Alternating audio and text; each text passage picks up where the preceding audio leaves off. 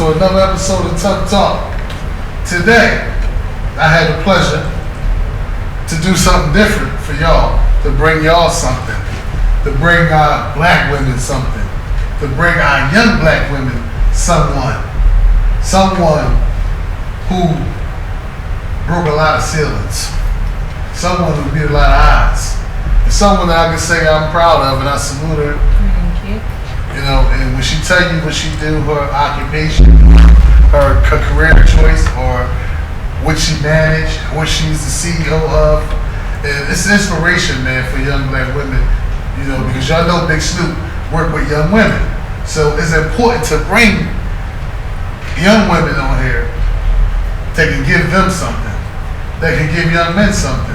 And I'm gonna not keep talking about her. I'm gonna allow her to introduce herself. Thanks for having me. I'm Gio. I'm the CEO of the Camden Monarchs, which is a new men's professional basketball team that just came to Camden, New Jersey. We're in our first season, number 2 in the conference, so it's cool. Number 2 in the conference, y'all heard it. How long you been doing this? Actually, this is, like I said, this is our first season. I just started working in sports in 2019, and the opportunity came to me from one of my partners, and yeah, we just jumped right in. And so you didn't have a burning desire to own your own team? No, this is nowhere near on my radar. Not at all. I wanted to get into sports. I came from a music background, working in the music industry for like the last 12 years, and you know, I just wanted to have a different, you know, just do something different. It was just getting too repetitive and stuff. So I thought athletes would be the better thing to replace rappers with.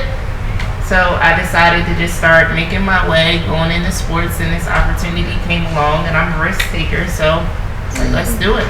Ooh, there's risk, there's opportunity. Right. And you definitely earned some things. Yeah. That's beautiful, you know. That's something, you know. I got some young basketball players too.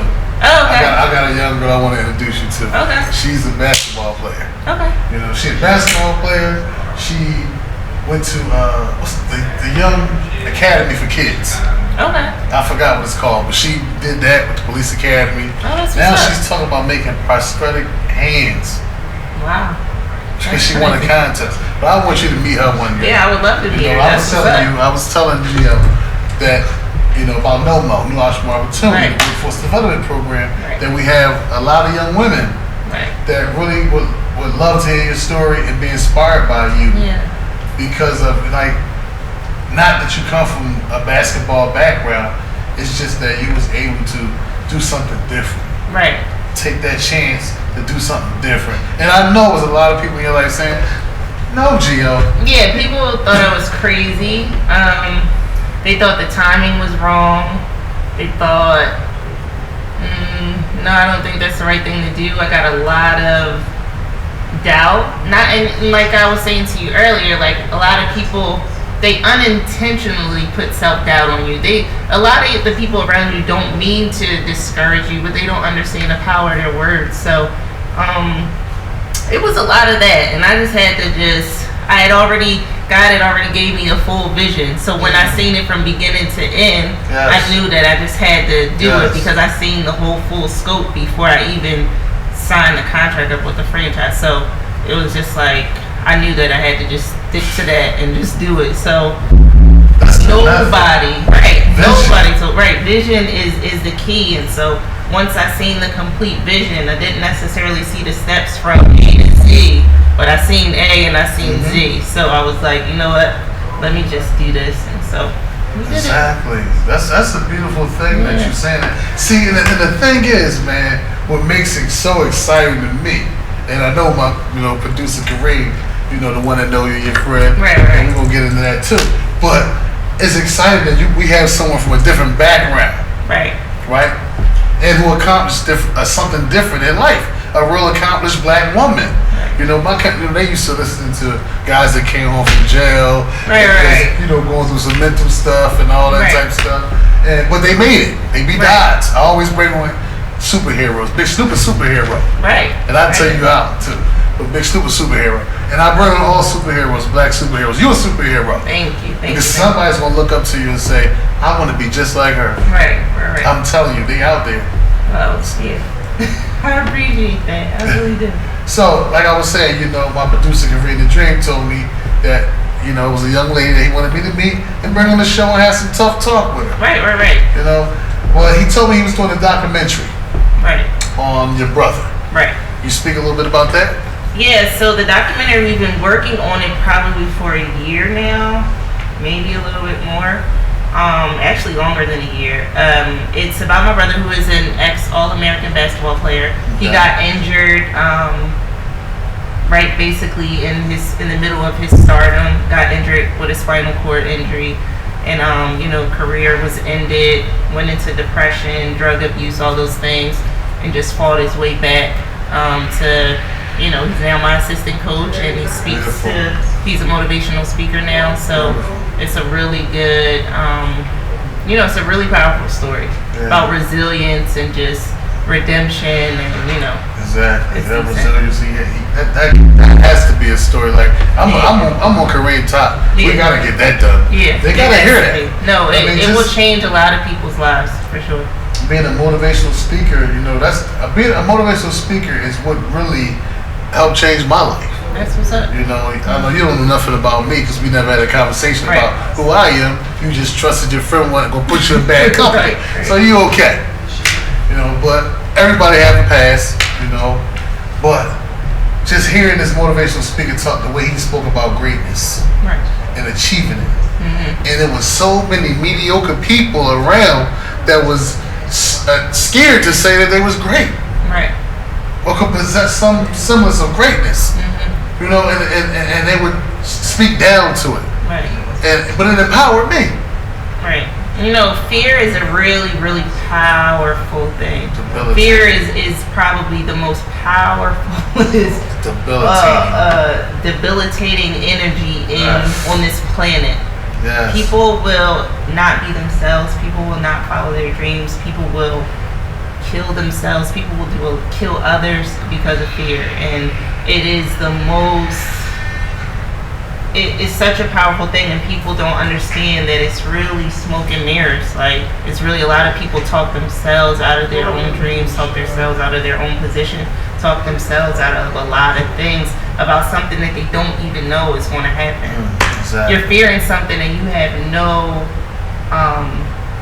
no confirmation that is even going to happen. Exactly. That those things and it's just amazing that self-fulfilling prophecies. Right. It's just amazing that people allow that to control their lives and control themselves. And me, myself, I've always vowed, like, I've always been a risk taker, always been fearless, always been like, I don't care, I'm not, whatever. And that's allowed me to, do a lot of cool stuff. So your brother, he older than you or younger? No, he's younger. He's younger. Oh, wow. Yeah, he's younger. Okay. I definitely would love to hear his story, Yeah, stories. Hear one of his speeches, motivating speeches. That's a story that got to get out there. It has to, for sure. So, your journey. You said you've been through the music industry, now you into the sports. Kareem wanted me to ask you, what qualifies you on some tough talk stuff? To own your own team. You know what? What qualifies me is that I had the balls to do it. That's what qualifies me. Yes. And it's done. Y'all listening? Did it. Y'all hear it? It's tough done. Talk. It's done. I did it. Like, yes, balls. Balls. That's what qualifies me. Like, balls. You know what I mean? Making something out of nothing, really, doing it, and I sacrificed for it. I paid the cost to be the boss. So it's like I don't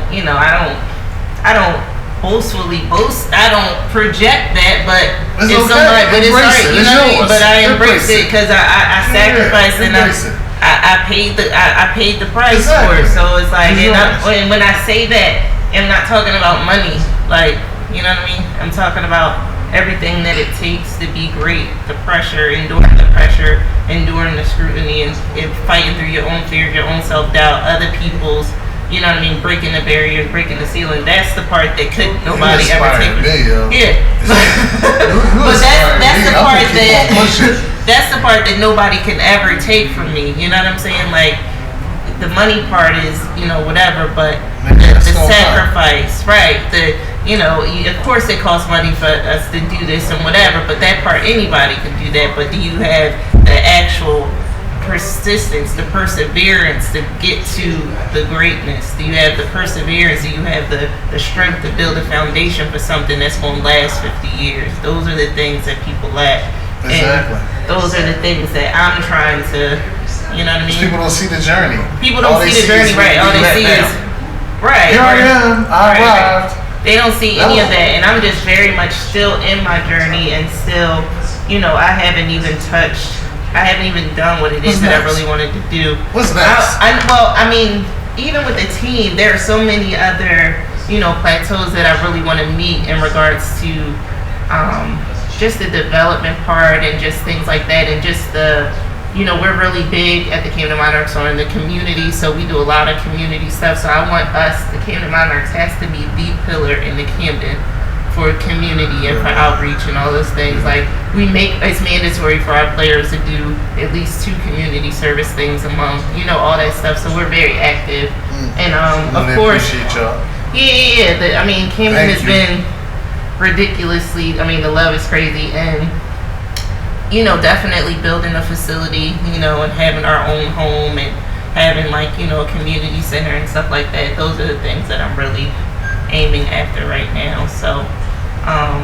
And just giving young men a platform to be able to follow their dreams. One of our players just got signed to the Globetrotters, so that was like really amazing to be able to witness that. That's a level up? Globetrotter? Kind of, yeah, because they get paid a lot of money. They get paid a lot of money for that? They do. Man. They get paid a couple dollars. I'll tell you one thing. I wish that I played basketball. I didn't even know that they got paid as much as they do. They competing with your easy, like it's probably actually a little bit better. I'll put it to you this way: he making enough. He don't even gotta spend his paychecks because they take care of per diem, this, the amount, that, you know what I mean? Wow. Like, so it's a great opportunity. So it's like a platform also, right. for the level up. Right. And you giving men that opportunity. Right. Was the whole goal. I wanted to make sure that I was building a real platform for them to, you know, go to the next level, because we have a lot of players that came from overseas that wanted to be home, work on their game some more. You know, we had some players from the G League, you know, different things like that. So, you know, our GM is really awesome. You know, he has the connections. He's from the Sixers organization, just bringing in, you know, different people to be able to develop them and check them out. We have a lot of scouts that come to the games and things like that. So it's cool. It's really cool. Yeah, I want some Meek Mill shit. I got me a basketball person too. You know what I mean? A basketball team owner too. Right, you know what I mean? Yeah, now she down Big Snoop. Tufftalk. Right. That's beautiful though. It's cool. We're gonna talk a little bit more at the commercial break. Thank you.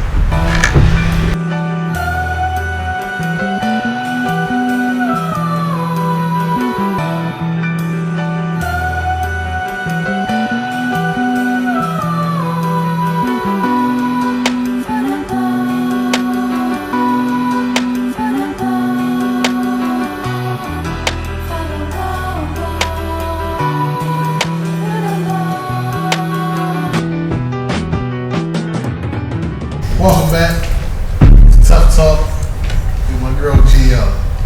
You know what I mean? So she gonna sign me too, y'all. So Big Snoop will be a basketball player too. Yeah. I ain't in the box, man. I do it all. Right. And I'm gonna hold the middle down. But I want to talk about that industry. You know, that industry. How welcoming was that industry for a young black lady such as yourself? It was pretty tough. I've had male dominated. Yeah, of course, male dominated. It was kind of tough. I mean, I come from a male dominated industry anyway, from coming from music. Right. But it was just pretty much just reoccurring the same things of not really, you know, I really had to earn it. I really had to earn it. They want to talk to you like you stupid, like you don't know nothing about basketball, you know. all types of things that I had to go through. You know, everything that I do has to be extra and elevated, and they always want to put the emotional card on you when you know what I mean? Wow. Just different things like that. But you know, I fought through it. The owner of the league, of the ABA league, I mean, he's a really, really huge part of my success. He's a really good mentor, and he's just a really good support, and he just supports minorities altogether. Like, his whole legacy has been supporting minorities, and he's been the owner of the ABA since the 70s when Julius Erving was, you know, playing. He's like 80 something years old. So yeah. So he, you know, I talk to him at least once a week, and he really just continued to encourage me. And you know, I would call and be like, oh, this person is not, you know, like that. And he, you know, he's been a strong support. But like I just tell young girls, just don't back down. I mean, just don't back down, and don't feel bad about being emotional. I'm supposed to be emotional. I'm a woman. I'm not a man. So my approach is going to be different. Right. My approach is not going to be the same as yours. And I just had to learn to just be okay with how it is that I am, how it is that I react. You know, my response, be okay with my passion, and, you know, just keep it moving. So, you know, I made my mark. I want to ask you something. Yeah. You know, like a lot of my audience may be sitting home wondering, like, Tufftalk, what's so tough about her? Like, you know, why is she on the show? But I want to ask you a question, because a lot of my audience or my past guests has been affected by the penal system. You know, a lot of returning citizens. Right. I should say. So, have you gave any opportunities to that population? Yeah, absolutely. Actually, we just had Rashid Jordan come on. They crowned him the Prince of North Philly. Shout out to Rashid. But he's definitely been a crazy addition to our roster. He just came home in December from doing 4 years. He was actually on his way to the league, got caught up in North Philly, ended up doing some time, and the coaches came to me. Actually, a lot of people came to me when he came home and was like, this is who you need. And when I looked at his history, he was like number 17 in the country, definitely being in the first round for the draft. Yeah, right. I mean, so I'm like, what? He's not going to come play for Camden. He's the Prince of North Philly. And, you know, when I met him, it was all love. Right. It was all love. And I've, you know, just been taking him under my wing and helping him. Me and him go together every week to go speak to a group of kids and, you know, allow him to share his story. So, yeah, most definitely. I thank you for giving him the opportunity. That's beautiful. Most definitely. I thank him for even coming out of a tough situation and being willing to give himself, you know, so early. Like the first week he came home, he was talking to kids. So it's like, you know what I mean? So I just appreciate him being open and being willing to, you know, because sometimes you need some time. Like, you need some time to get yourself together and to kind of recoup and do those things. And he went right into it head first. And he's been running ever since. So, you know, we working on getting him a better situation. Inspired me, yo. Like, I'm really ready to start dieting and eating right and become a basketball player. It's like, though. But no, yeah, he's running 100 miles a minute, you know, trying to get back, and the goal is to get him back to the NBA. So we can do that. He still has a little bit more time in his eligibility, so that's what we're gonna work on. That's what's up, man. Using that platform, that's greatness. You know, that's greatness, man. Giving somebody opportunity to pull a person up. Right. You know, that's. So what's going on in the industry with this? How is the Corona thing? The Corona is crazy and it's unnecessary. So I mean, since the NBA, you know, postponed or canceled or whatever they did, every other league under them did the same thing. So unfortunately, our season is canceled as of now, as we were just going into the playoffs next week. So yeah, that was kind of a little tough little situation, but you know, we went out number 2 in the conference, number 10 in the nation. So I'll take that. That's for the first season. Congratulations. I could use a little break. Seriously, you got your break. Yeah. So we'll come back strong next season. Do what we need to do. So we talked about your brother's documentary that didn't come out yet. Right. I want you to let the people know the name of it again. Okay, so the name of the documentary is Evolve or Repeat. Yeah. Evolve or Repeat. Right, and it's a docu-series, and he's the first, I guess, subject or talent. They'll be doing the storyline. So, if my niece was listening, I'm talking about, my niece from the program. Right. If she was listening, she aspired to be a strong black woman, what would you say to her? What I would say to her is find out, what's her name? Shania. Find out, listen, you need to follow your dreams. You need to follow what's in your heart. You need to take all of your energy, all your passion, and put that into what it is that you want to be, what it is that you want to do. Do not let anybody, anyone, and when I say that, even if it has to be your parents, your best friend, whoever, take you off of your course. People will unintentionally talk you out of your spot. So, you focus on your spot and you keep going and keep doing what it is that you have to do. Everybody can take that advice. That advice is good for everybody. I thank you for coming on my show. Thank you for having me. And I love the opportunity, man, because you really inspired me, man. I've been thinking about this all night. You know what I mean? That's an inspiration, and that's what this platform is used for, to inspire the people, man. To inspire our youth. To inspire the families to understand what's going on with their families. Right. To really this to love. Right. Family is important. Family was important. And if I could just say this, I was just talking to my mom earlier about how, us black people, everything it seems like is so geared to breaking up the family. Like, oh, you can't go into business with your family. Don't mix family and business. Don't do this. Don't do that. You know what I'm saying? And I was just looking at all these taboos and all these sayings, and I was just like, Mom, do you understand that the wealthiest people in the world, there's their families? When you talk about the Walton family, you don't just talk about one person. You say the family, the Rothschild family, the this and that, and they built their wealth in their families, and they understand the importance of legacy and generational wealth. It's a shame a lot of our folks don't even know who you're talking about. Well, those names make us oblivious to those names. Well, I mean, they're the people that basically run the world. 150 billion.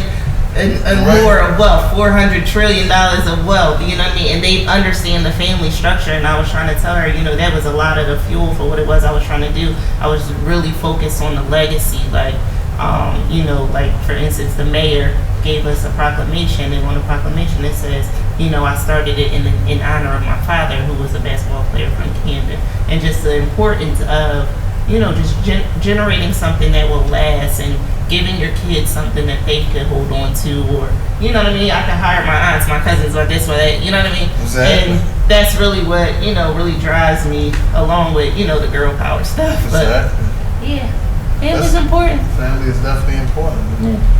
Thank y'all. Y'all never know who gonna come on this show, so always tune in, man. When you hear that music, that smooth sound, slide across the screen, and make sure y'all tune in. Thanks. Signing out, Tufftalk. Bye.